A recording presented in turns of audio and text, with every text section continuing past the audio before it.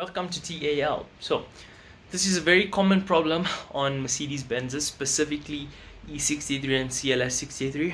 I don't know why Mercedes decided to make the parts so flimsy and so flexible, probably just so they could break in, they could charge you a decent amount of money just to repair it unnecessarily.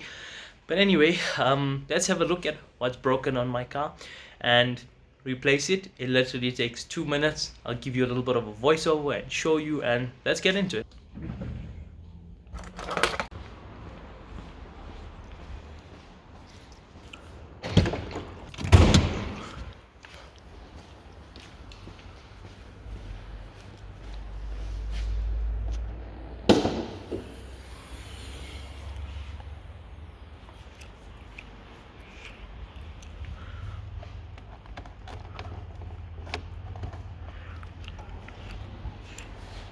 Before you start with anything, you'll probably see that I removed this one bolt cover. It just makes it easier for me to work and put the new pipe in. Once I start with the new one, all you do is you push that clip down, and physical intake, once you get your hands dirty, push it upwards and outwards and it should just clip out. I sped the clip up so you can see my struggling with one hand holding the camera, and from the other side it basically just clips out. And you'll see once your thing is actually broken, you might need to pull some of it out, and there is your air duct intake. Beautiful. Let's do the other side quickly. Push the clip down and just pull outwards. Struggle with one hand, as you can see.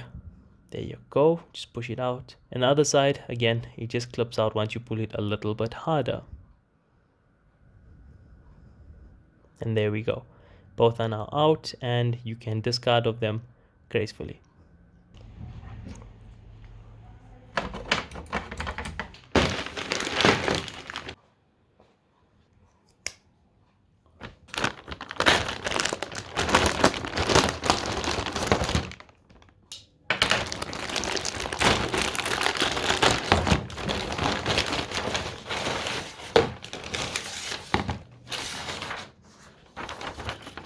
So this is what I paid for the two intake ducts or intake hoses, $795.87 each. So for both, including that, $1,830. Not too bad.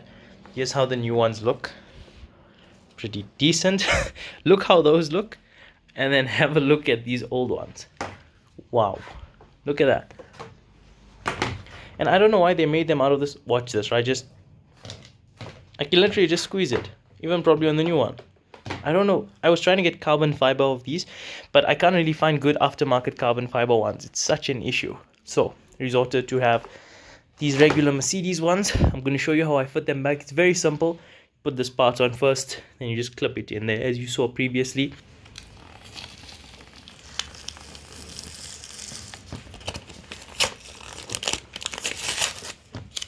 To put them back in, first make sure that you've aligned them up properly. You know which side goes where, right to right, left to left.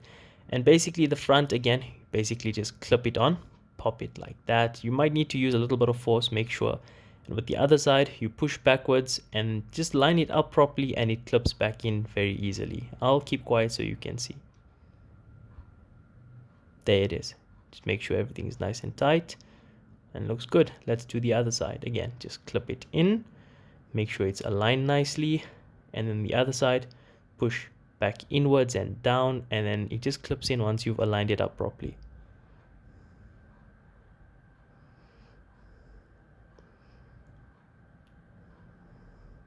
Yeah, it's difficult to do it with one hand, but there you go, sorted out. Wow, that's that's a big difference. So how I came about to know this, most guys won't even realize on their car, is it doesn't throw up a warning or anything. You don't hear any weird noises, but when I drive, I always keep it on this AMG mode that shows you the temperatures. Now I noticed my temperatures kept on getting a little higher than normal, 5 degrees, 6 degrees, then a little more, and I knew these things generally give lots of trouble. So I decided to pop the hood, pop the bonnet, and I was greeted with, yeah, broken air intake ducts. So it is what it is, not a major issue, but sort it out as soon as possible, because your engine just going to seep in all of the hot air and you're not going to have a good time. So just sort that out and you're back in business. If you enjoyed this video and found it helpful, please give it a thumbs up, subscribe, and stay tuned for more.